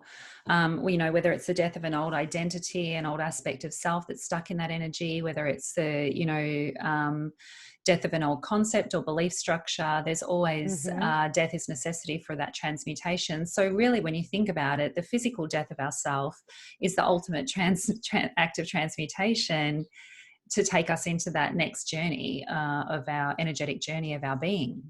Absolutely. I love this artwork because he's like the I don't even know what it was called, but during the plague. Yes, the mask. Yes. And but then has the rose, then has the new birth. Okay. Absolutely. The rose is new life, right? The rose is the idea of getting rid of the toxic energy, the energy that is done. So whatever it is, mental energy, emotional energy, physical, whatever it is, because we're making space for the new creation to come in. All right. So you want to embrace this. You want to allow what is time to go. And if that's ever something that you struggle with, pray for it. Say, give me the grace to help me release what needs to be released, because that's the death card. It is a release. Okay. I also liken it to the metaphor of spring cleaning, because it helps people. It's like you can't, if you have your home cluttered up with all this stuff that you've been accumulating, then you've got no space for the energy to move around your home and flow around your home. You're not making room for new things to come into your life. You know, it's like collecting 20 cars in your garage. You know, you're going to run out of space. So you're going to let go of something in order to bring in something new. Tell my husband that. That's my husband. He's a collector. A lot of us are, right? A lot of us like to collect. And I think, you know, ultimately, some of us really collect and accumulate because we do have that, you know, sense of we don't want to let it go. But, you know, letting it go really does allow for newness to flow into our life and regeneration and all that creation that we want to bring forth. And that brings us to temperance, because that's literally what the card of temperance shows us, right? So following up death, we have temperance. Notice that it is the angel with the cups and the water flowing between. Here's our emotional energy.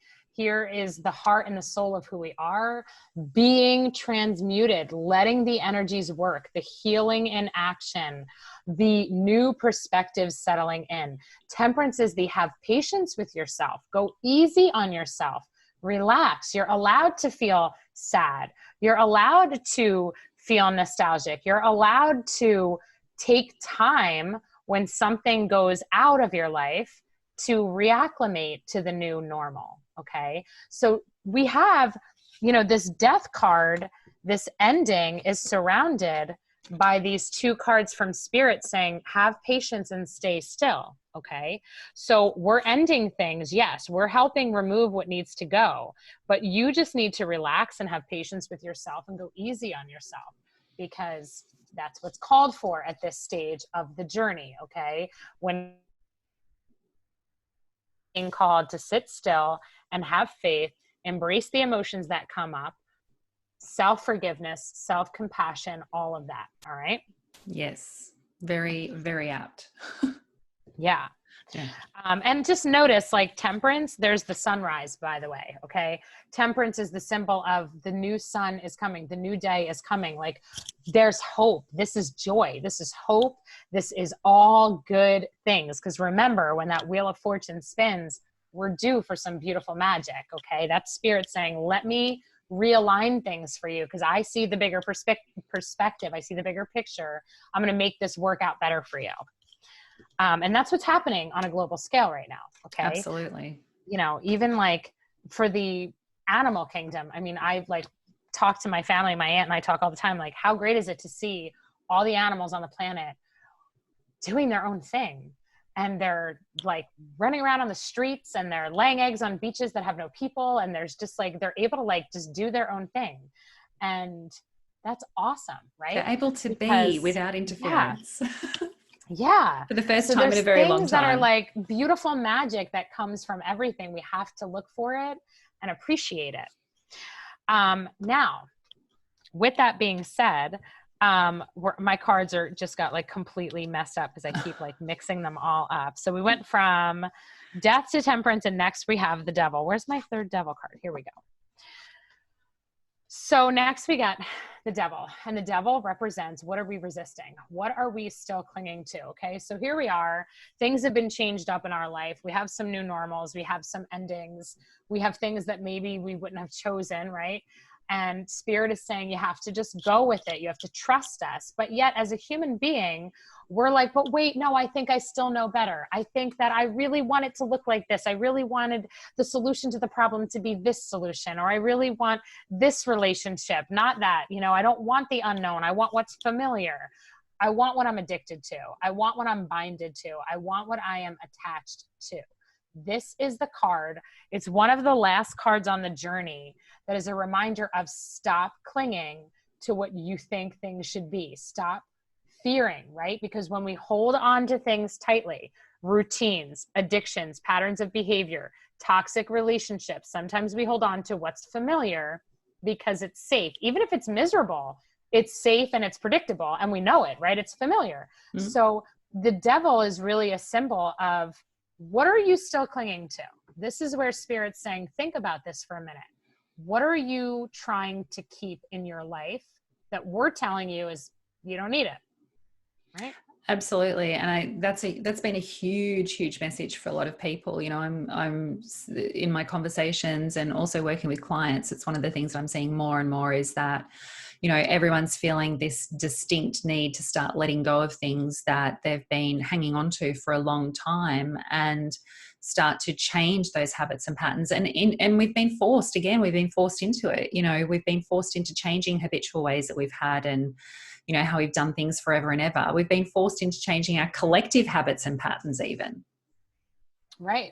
And look at how hard that is, right? So like, here's just another version of the artwork, but like the devil, there's those two lovers down there and they're chained up and they're binded and they're being controlled by something that is so limiting. These are every limiting belief that we have.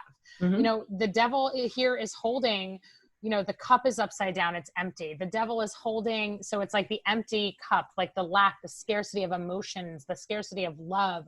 We have the pentacle, which symbolizes the coin, the material, the money. It's all of the things that as human beings, we worry about. Are we going to be accepted? Are we going to be loved for who we are? Do we have enough money? Do we have enough of the things that we think we need in our life? Do we have enough material things? These things keep us chained up, right? So as a collective, we're in this moment where it's like, we're being called to evaluate, what are we clinging to? Well, what's giving us security?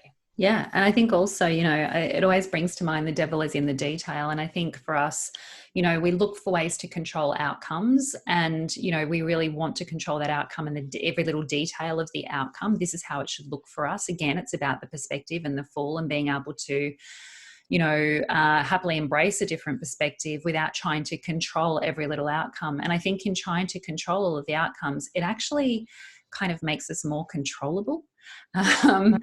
And yeah, that's obviously another thing that, you know, if we can let go of that and have faith, we're not going to look to outside of ourselves to external influences and forces to make it better for us or to control the outcome for us. Yeah. So I'm sorry. I wound up trying to search for my cards. That's okay. Like, Keep like searching. I told you, they're like getting all messed up. So it's getting late there. We've been talking a lot. I know. So we're almost at the end now.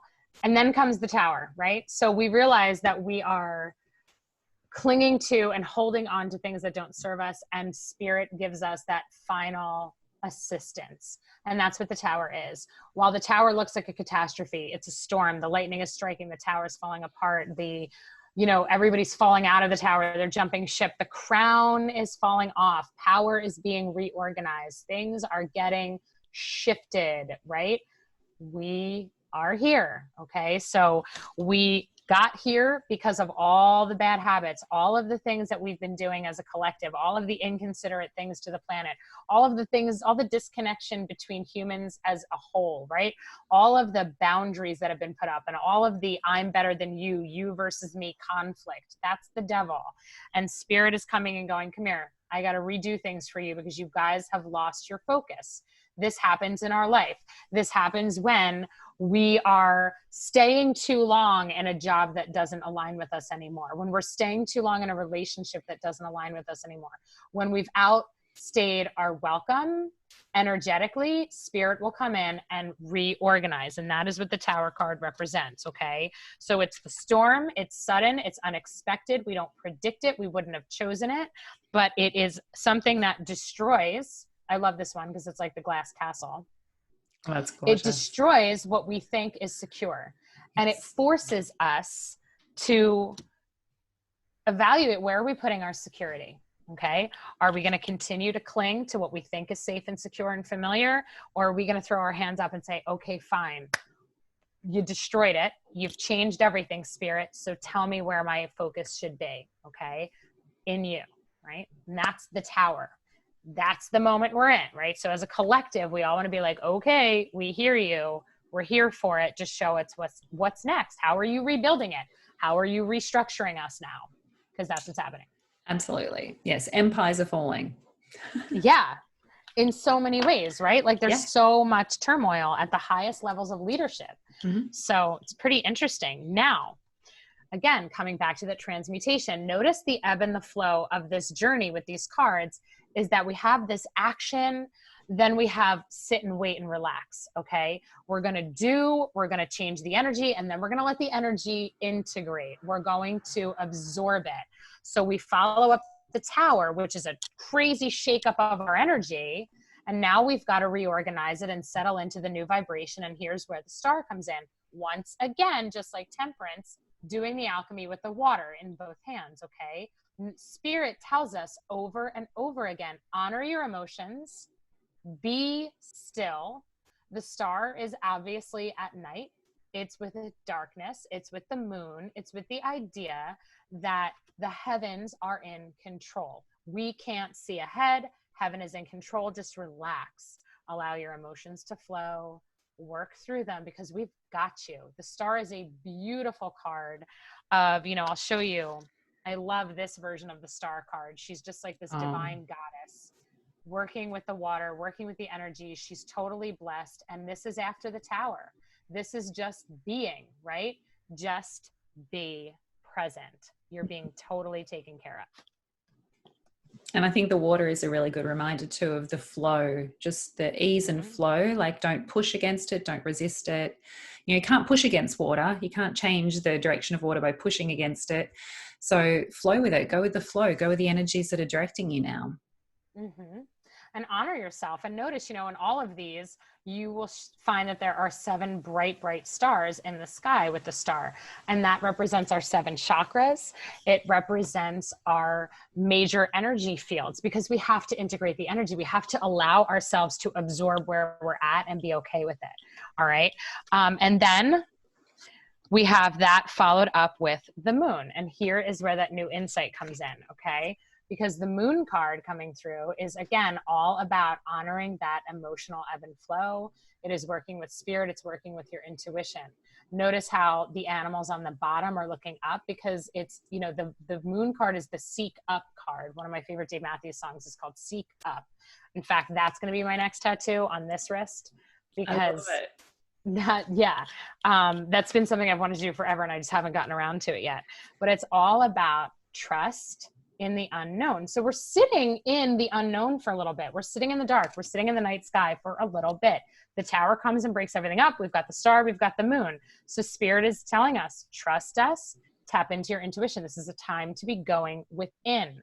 The lights are not being turned back on yet. Okay. Absolutely. And then finally, coming up after that, we have the sun. The lights come on. Okay. So we've sat in it. We've experienced the emotions. We've transmuted them. We've honored them. We've acknowledged them. We've allowed them to be. We've really worked with giving our faith over and our surrender over. And finally, the sun comes out. Things are illuminated. The path forward becomes way more clear, way more obvious. There's an element of celebration. There is renewal. There's new growth. There's all sorts of beautiful, good stuff right here. All right. But it took some time to get here. It took faith. It took faith in ourselves, and it took us being able to release what we're clinging to. Okay. The sun comes out when we really, really let go of the way we think everything should be. Well, I think the sun also symbolizes that whole sense of rebirth. Every single day we go through a rebirth, essentially. We go to sleep at night, we wake up, we're a new person. And there's the babies. Yeah. Yeah. The rebirth, right? She's weaving the tapestry or whatever she's doing with her wheel. And there's the babies. There's all the new stuff. Yeah. And then this one I just love because it's like this Egyptian type that's of an energy. Awesome. Yeah. I like that one. And it's different than the journey, the fool's journey that began, right? So we begin in the sunshine, but we go through this whole journey of we have the dark skies, we have the moments of real challenge, but the sun is the evolved fool. The sun is okay, now here's me with my invisible backpack on, because I just gained so much wisdom on this journey. I am a powerhouse. I am a force to be reckoned with, because I have been there and done that, right? And then we're almost at the end. Second to the last card of the Major Arcana is Judgment. The angels are celebrating us. They're clapping and playing their music, because they're yay, you did it. you got through the journey. You made it to this point. You've passed the test. You have grown. We're so proud of you. So here they're blowing their horns. It's a big celebration because heaven is just with us, because they've been with us the whole time anyway. But they're celebrating for us because this is the hero's journey, right? And this is like the phoenix rising from the ashes. Like, Beautiful. there's the old self in the flames at the bottom in anguish, and there's the new. There's the growth. There is the victory that comes at the end of the journey. All right? Absolutely. The higher self claiming that place on his or her throne. And that's it. And finally, we end with the world. And so it begins a new round, a new chapter, a new period of growth. Okay. This is the celebration. We go from one doorway into the next. Okay. That circle in the world is really like a portal, and we go through it. I love this one because it's like a helix nebula out in outer space, like the eye. Okay. And you can see coming through the eye, this golden being. This is representative of the wisdom and the evolution of the soul because of the journey that you've just been on. All right. And you'll notice the 4 animal totems in the 4 corners. We have strength, we have wisdom, we have the higher perspective, we have heaven. It also very much looks like birth. It just, even in the symbol, the image of it itself, it's like coming through the birth canal, a completely different being, an evolved being, an ascended being. Yeah, that's exactly what it's like, right? And that's it. And there are these moments of the major arcana where we are in the dark, we are in the tunnel, and that's come through in a lot of readings since quarantine started back in March. A lot of the weekly readings came through with this idea of being in the birth canal, like we are in that moment. But knowing that when we come out, like we're being birthed into something beautifully new and so much healthier. So that is it. I know we just talked for, I don't even know what time it is. Like we've been on like 2 hours. I think that's one of our marathons.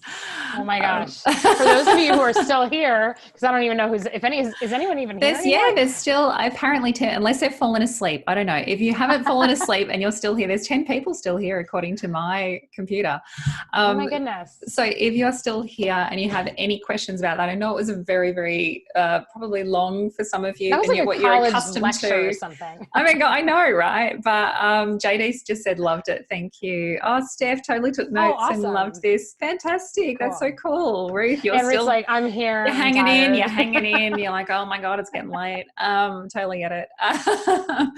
But Kath just said earlier, my earth mother is rejecting being present on this earth. I've had to disconnect from her because all she talks about is going home. I get it, Kath.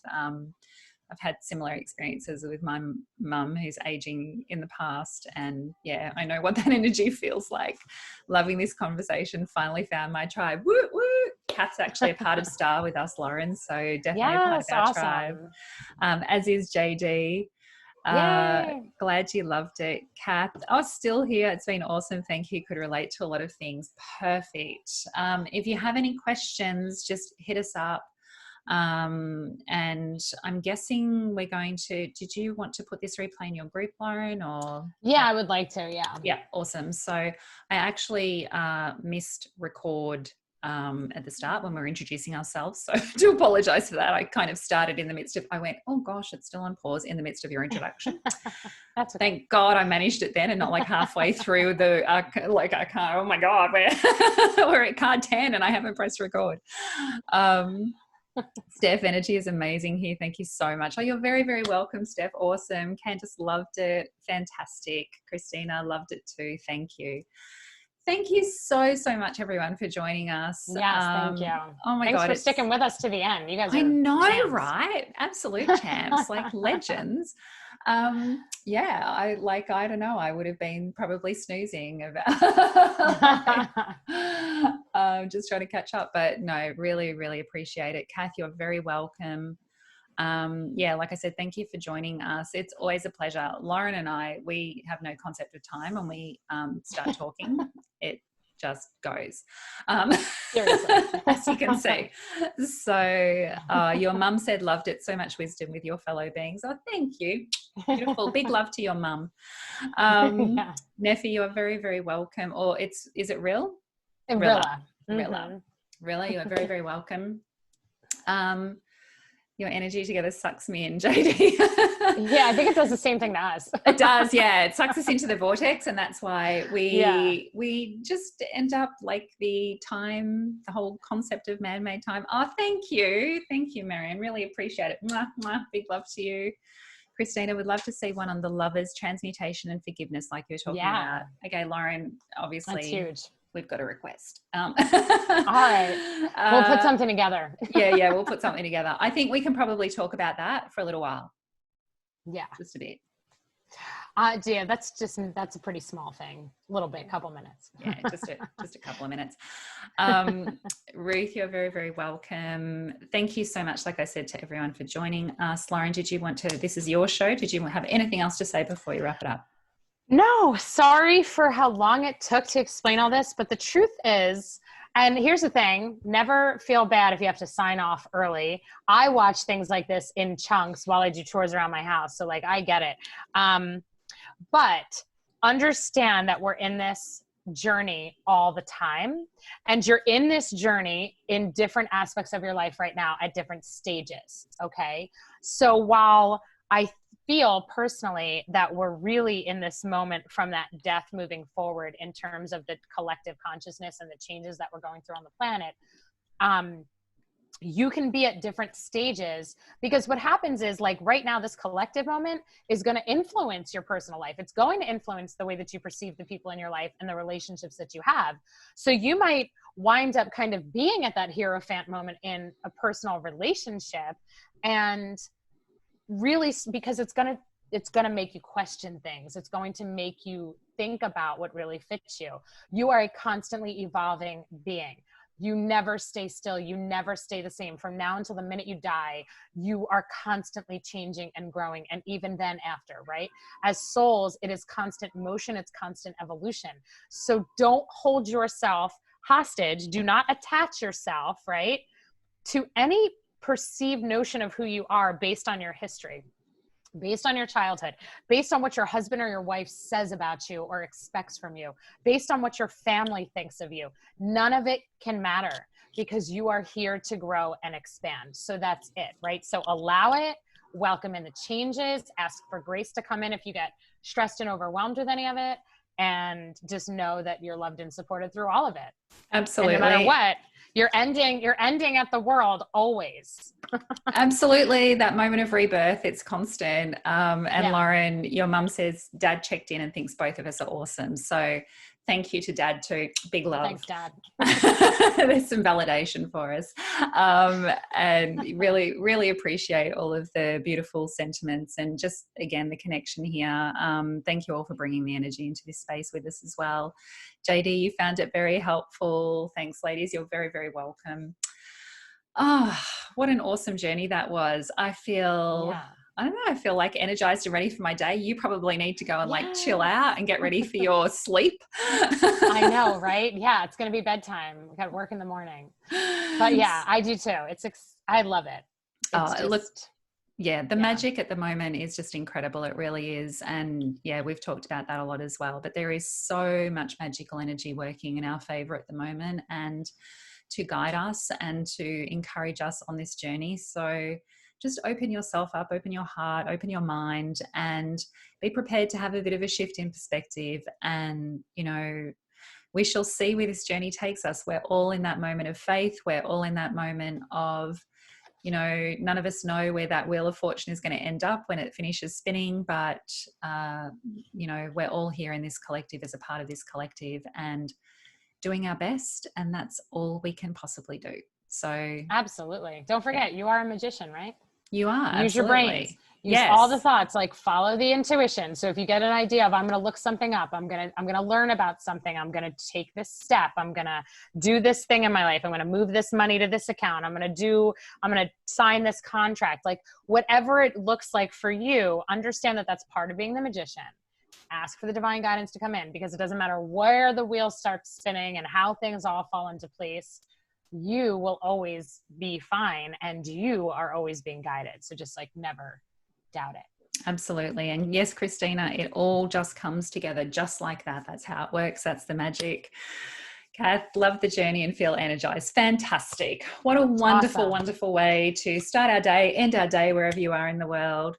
Yeah, go gently, be kind to yourself, give yourself permission to feel it, to move through it in any way that works for you. And you know where to find Lauren if you need to reach out to her at any time. I don't know why I'm saying that when it's like your group thing, but just reminding people.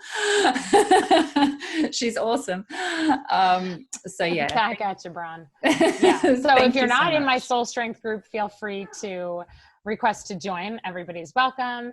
And my peeps, if I know most of you are not a part of Bron's group. Should they join? This is where the magic happens. Is that? Yeah. Like, look, if people want to join, yeah, absolutely. I can, or you can pop a link up if you want in the comment. Yeah, for people to join. Yeah, I could do that. Yeah, the more the merrier. So let's do it. Let's do this thing. All right. Sounds good. All right. I got to go because now my little guy has to go to bed and he needs my attention. Yes. So, okay. Awesome. Yeah. So just find me on Facebook, Soul Strength, or Bron can put a link to it. Yeah. I'll put a link up. You're welcome to join. Okay, great. Beautiful. Good night and have a great day, everybody in Australia. Bye. Bye, Lauren. Bye.